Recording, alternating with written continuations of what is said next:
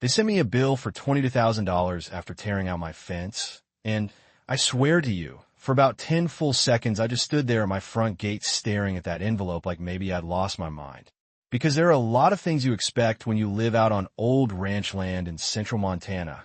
Broken water pumps, snow drifting over fence lines, coyotes testing the sheep at dusk. Maybe even a stubborn neighbor once in a while. What you don't expect is somebody walking on a land your grandfather worked with his own two hands, ripping out 160 feet of weathered cedar fence that had been standing since Eisenhower was president, replacing it with imported steel and smoked glass. Then billing you like they did you a favor. My name's Daniel Mercer. I'm 63, retired utility engineer, spent 35 years with Northwestern Power before finally hanging up my boots and coming back to Mercer Ridge full-time after my dad passed. The place has been in our family nearly 80 years. 140 acres of pasture, rolling hills, a red barn that leans a little harder every winter, and an old farmhouse that groans whenever the wind comes down from the mountains. It's not fancy, never was, but every board in that place means something to me. The folks next door, that's a different story. About 5 years ago, a man named Victor Caldwell bought the land east of mine. Tech money, Silicon Valley, sold some software company for more money than I'll ever understand, and built himself what looked like a luxury resort dropped in the middle of cattle country. Walls of dark glass, rooftop deck, heated stone patios, a pool with underwater lighting that glowed blue all night, long like a spaceship landed beside my pasture. His wife, Celeste, was in architecture magazines every few months. Fancy furniture, designer landscaping, all of it. They were polite when they had to be, but always with that look like they were tolerating the locals. Victor especially had a habit of talking to people like he was doing them a favor by speaking at all. Still, I kept to myself. Good fences make good neighbors, right? That Tuesday morning, I'd been checking a weak spot along the North Ridge where one of my sheep kept slipping through. Coffee in one hand, gloves tucked in my back pocket. Normal morning. Wind moving through dry grass. Then I rounded the bend and stopped cold. The cedar fence was gone. Just gone. In its place stood sleek steel posts with smoked glass panels between them, 8 feet tall, reflecting the hills like some expensive hotel entrance. For a second, I honestly thought I was on the wrong stretch of land. Then I saw the cedar scraps piled beside the ditch. And zip-tied to my gate was a cream-colored envelope. Heavy paper. My name handwritten across the front. Inside was a printed invoice. Boundary enhancement and scenic visibility upgrade. Total due, $22,000. Payment required within 30 days. I laughed. I actually laughed out loud standing there by myself because it was so ridiculous it crossed right over into funny. Then the anger hit. That fence wasn't decorative. My grandfather, Eli Mercer, cut those cedar posts himself. Hauled them with a mule team. My dad patched sections through every rough winter I can remember. When I was 12, I helped rest-string wire there after an ice storm and sliced my hand open so bad my mother nearly fainted. That fence wasn't lumber. That was family history. I walked straight back to the house and called my attorney, Linda Carver. Known her 20 years. I told her everything. There was a pause. Then she said, Dan, before we fight about the fence, check the service easements. I frowned. What? Trust me. Linda had that tone she used when she already saw something coming. So I spent the afternoon pulling county records and old plat maps. And around sunset, I found it. Every utility line feeding the Caldwell property crossed my land. Primary electric, backup générateur conduit, water main, fiber internet, even propane. Nearly a mile of infrastructure tucked through my acreage. And not one recorded easement. Not one. Apparently 30 years back, Victor's predecessor made some casual verbal arrangement with my uncle. No signatures. No county filing. Nothing enforceable. Legally speaking, every one of those lines was sitting on private property without access rights. I leaned back in my chair and just stared. Then I looked out the kitchen window toward Victor's mansion, glowing blue against the dark hillside. And for the first time all day, I smiled. Next morning, I hired a surveyor. Local guy named Pete Hansen. Sharp as nails. By noon, he confirmed the new glass barrier wasn't just replacing my fence. It crossed 13 inches onto my side. Victor hadn't improved a thing. He'd stolen land. That afternoon, Linda helped me draft certified notices. Formal demand. 72 hours. Remove every panel. Restore my fence. Begin negotiating legal easements. Or I begin disconnection procedures immediately. We mailed them before dinner. Victor called the next morning. Didn't say hello. Just opened with, "Daniel, this little stunt isn't going to work." His voice had that calm, rich man edge. Like he'd already decided how this ended. I said, "You tore out my fence. It was an eyesore. Then you billed me. You benefit from the upgrade." I laughed again. He hated that. Then he said, "My attorneys will handle this." And I said, very calmly, "Victor, unless your attorneys can magically move underground utility lines overnight, you might want to rethink that." Silence. Then, "Excuse me." I walked to the window and looked toward that glowing house. "You have 72 hours. And I hung up.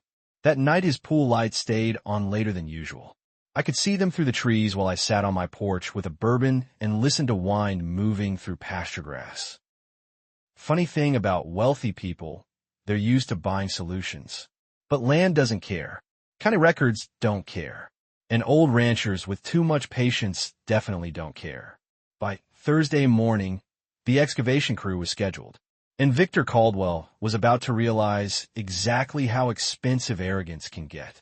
By 8 Thursday morning, the first excavator rolled through my front gate, diesel engine rattling across the gravel, while sunlight was just starting to break over Mercer Ridge. Pete the surveyor was already there with the stakes planted every 20 feet, bright orange tape snapping in the wind. My attorney Linda was on speakerphone in my jacket pocket while I walked the crew along the eastern boundary, lines showing them exactly where the electrical conduit crossed into my pasture. It still felt a little surreal. Not because I doubted the paperwork. That part was airtight. It was the fact that for years I'd looked at Victor Caldwell's place glowing across the ridge like some private resort and never once realized every single thing powering that house depended on land he didn't legally control. The excavation foreman weighed, spit into the dirt, and asked, "You really want us opening trench here?" I nodded. "Only along the line markers. No damage unless legal clearance says go." He tipped his cap. Fair enough. The first bucket hit ground around 8:15. Victor called at 8:22. Perfect timing. I answered and didn't say anything. He sounded sharper than before. "What exactly are you doing?" "Morning, Victor." "Daniel, you had your 72 hours. You can't threaten essential utilities." "I'm not threatening anything. I'm accessing my property." A pause. Then he lowered his voice. "Let's be reasonable." That one almost made me smile. Reasonable. From a guy who bulldozed family fence posts and mailed me an invoice. I said, "Then let's start with replacing what you took." He snapped right back. "You're making a huge mistake." "No," I said. "You made one Tuesday." Then I ended the call. By lunchtime, his attorney reached out. Big firm in Helena. Young guy named Eric Townsend. Smooth voice. Expensive confidence. Property deeds and certified notice receipts. Then she looked right at the judge and said, "Your Honor, my client is not interfering with legal infrastructure. The defendants installed and maintained private utility systems across his land without recorded easement rights. Additionally, they removed and replaced historic fencing inside his boundary without permission. The emergency here is entirely self-created." Judge Marshall studied the documents for what felt like forever. Victor kept shifting in his seat. Then the judge looked over his glasses and said, "Mr. Caldwell, property rights aren't optional because someone built a nicer house." Request denied. Just like that. Victor looked like he'd swallowed broken glass. Outside the courthouse, he finally came over himself. No attorney. No palishton. Just pure anger. He stopped 6 feet from me in the parking lot and said, "You really think this ends well for you?" I looked at him. Really looked. The expensive watch. Pressed jacket. The way he expected everybody nearby to feel pressure just because he was upset. And I said, "It already is." Linda almost laughed out loud. By late afternoon, excavation resumed. No damage. No disconections. Just trenches exposing exactly where everything crossed. That's when panic started setting in. You could feel it.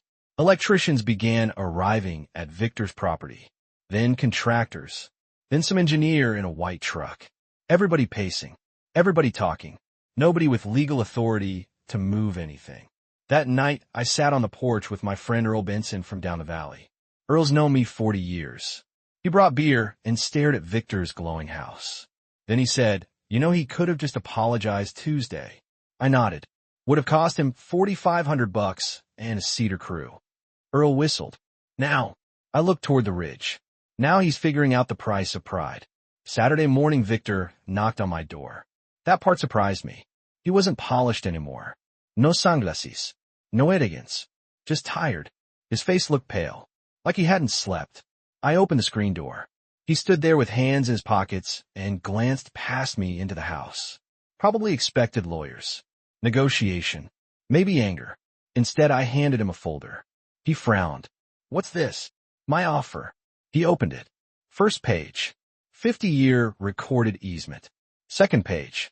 Annual land maintenance fees. Third. Fence reconstruction requirements. Fourth. Inspection rights. Total settlement. $1,120,000. He stared, then looked up. "You can't be serious." I said, "Actually, I rounded down." His jaw tightened. "This is extortion." "No, extortion would have been billing you to improve my view." That landed hard. He stepped off the porch and paced once through the gravel, then turned. "This place means everything to Celeste, and mine meant everything to my grandfather." Silence. He looked toward the ridge, then back at me.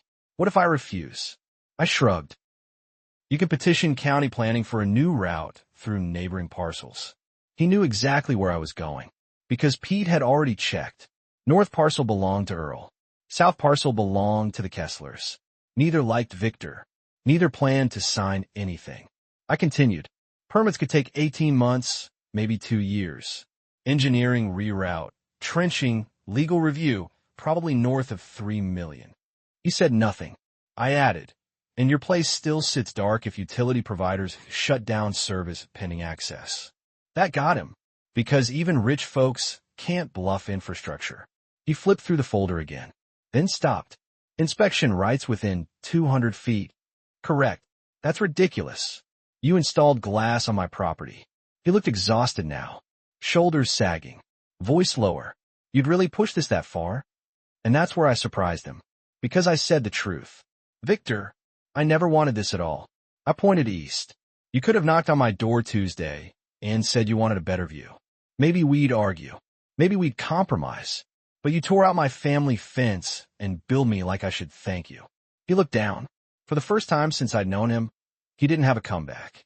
Just wind across gravel. Then he quietly asked, "And if I sign?" I said, "You rebuild every foot in cedar. Better than before. Written apology. Recorded easement. Funds wired by Monday." He closed the folder, held it there, then said, "Celeste won't like this." I shrugged. My sheep don't like smoked glass either. That actually pulled the tiniest laugh out of him. A tired one. Then he walked back toward his SUV. No threats. No promises. Just thinking. Sunday passed slow. I checked fences, fed sheep, changed oil in the tractor. Try not to stare toward the ridge every 10 minutes. Victor's place looked beautiful from a distance, still and quiet against the mountains. But now every light glowing there felt temporary. Borrowed. Monday morning around 9:30 my bank manager called. His voice sounded amused. "Done? You expecting a transfer?" I sat up. "How much?" He read the number. $1,120,000. Cleared. Available. No delay. I thanked him and hung up. Then I stood there in the kitchen, coffee in hand, staring out the window toward Victor Caldwell's mansion while the Montana wind moved through old pasture grass. And right then, a convoy of contractors started driving up his road. Flatbeds, fence crews, lumber, and I knew exactly what was coming next. By 10, that morning the whole eastern ridge looked like a construction site. Flatbed trucks lined Victor Caldwell's driveway, crews unloading cedar beams, compressors rattling, nail guns popping across the pasture while I stood by the barn with a mug of coffee, trying not to grin too hard. There's something oddly satisfying about watching people work at full speed to fix a problem they created themselves. Especially when they spent the previous week acting like you were the unreasonable one. The first team went straight for the smoked glass panels. Those expensive imported things Victor had installed like he was redesigning a resort. They came down one by one. Steel posts cut loose. Glass lifted onto padded trailers. Gone. By noon, all that reflected sunlight had disappeared, and for the first time in days, I could actually see the ridge the way I'd always known it. Open sky. Rolling pasture. Wind moving over dry grass. No palish. No giant mirror standing where cedar belonged. Just Montana again. A younger guy from the fence crew walked over while measuring. He asked, "Mr. Mercer." Victor wants to confirm original spacing. I pointed to one of the old cedar posts we'd saved. Follow that. Hand set. Slight lean on purpose. My grandfather always said fences shouldn't look factory perfect or they stop feeling honest. The kid smiled. Got it. And for a weird second, that nearly got me. Because I could see my grandfather in my head clear as day. Heavy coat. Work gloves. Bent over with a shovel, cursing frozen dirt while my dad carried wire. Memory sneaks up on you like that. Not loud. Just all at once. By afternoon, Victor himself walked over. No fancy yakit. No expensive attitude. Just jeans and a dark flannel. He looked tired. Older than he had a week ago. He stopped beside me while crews worked. Neither of us said anything for a minute. Just hammering in sawdust and wind. Then he finally said, "I should have handled this differently." I kept watching the fence line. Yeah. Another long pause. Then he added, "Celeste wanted the view opened up.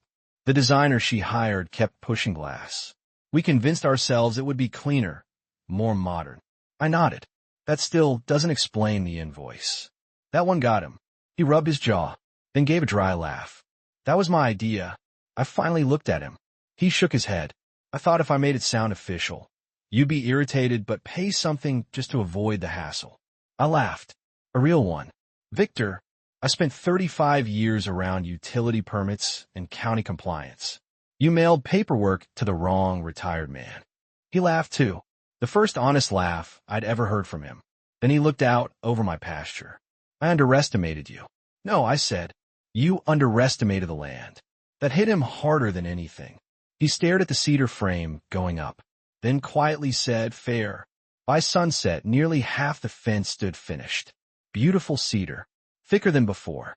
Clean cuts. Strong posts. The smell alone brought me back 30 years. Fresh wood and dust and evening air. That night, I sat on the porch while the mountains turned purple. Victor's pool lights came back on, but softer somehow. Not glowing like a billboard anymore. Just there, part of the ridge. And, weirdly enough, it felt peaceful. Tuesday morning, Celeste Caldwell came over. First time she'd ever crossed onto my property. She held a sealed envelope. No sunglasses this time. No magazine perfect attitude. Just nervous. She handed it to me. I wrote this. Inside was a handwritten apology. Real apology, too. No legal language. No excuses. She admitted they crossed a line. Said she let pride take over. Said she forgot neighbors weren't obstacles to design around. Then at the end, she wrote something that stuck with me. Your fence looked old to me, until I understood it was carrying history. I folded the paper and thanked her. She looked at the rebuilt cedar and smiled. It's prettier than the glass. I said, "Told you." That made both of us laugh. By Wednesday evening, the last section went in. Straight across the ridge. Warm cedar catching sunset. Exactly where it belonged. Victor walked over one final time, carrying a frame. Black wood. Simple. He handed it to me. Inside was the original invoice. Boundary enhancement and scenic visibility upgrade. $22,000. He'd had it framed. I stared at it, then looked up. He gave half a grin. Thought you might appreciate the reminder. I laughed so hard I nearly dropped it. And yeah, I hung it right above my coffee maker in the kitchen. Still there. Every morning. Biggest framed mistake anybody ever mailed me. The easement paperwork recorded clean that Friday. Annual fees locked in. Inspection rights included. No construction within 200 feet without written approval. Everything legal. Everything documented. Exactly how it should have been from the start. A week later, Earl came by, saw the framed invoice, started laughing before he even got his boots off. Then he looked out toward Victor's place and asked, "So, you and Millionaire Mountain Man friends now?" I took a sip of coffee. Wouldn't go that far. Right then, Victor waved from his driveway. I gave him a nod. Earl raised an eyebrow. I shrugged. Let's call it mutual respect with expensive paperwork. And honestly, maybe that's the best ending anybody could have hoped for. Because here's what I learned. Most fights between neighbors don't actually start with land. They start with ego. One side thinks money gives them leverage. The other side digs in. Then everybody forgets there are actual humans living across that fence line. Victor thought ownership meant control. I thought keeping quiet meant peace. Turns out neither one works forever. Sometimes boundaries need defending. Sometimes pride needs humbling. And sometimes the cleanest resolution costs a whole lot more than simply knocking on somebody's front door and saying, "Hey, can we talk?" That old cedar fence still catches sunset every evening. My grandfather would have liked that. Strong, simple, still standing. And every once in a while, when the wind moves just right, I can smell fresh cedar through the kitchen window while coffee brews beneath that framed invoice. And I think about how close one arrogant decision came to becoming a years-long war. Now I want to ask you, who do you think was really right here? Did Victor deserve every dollar he paid? Or did I push it too far once I had leverage? And what's the most unbelievable thing a neighbor has ever tried to pull on you? Drop your story in the comments, because trust me, out here on ranch land, property lines create some unforgettable battles, and I read every single one.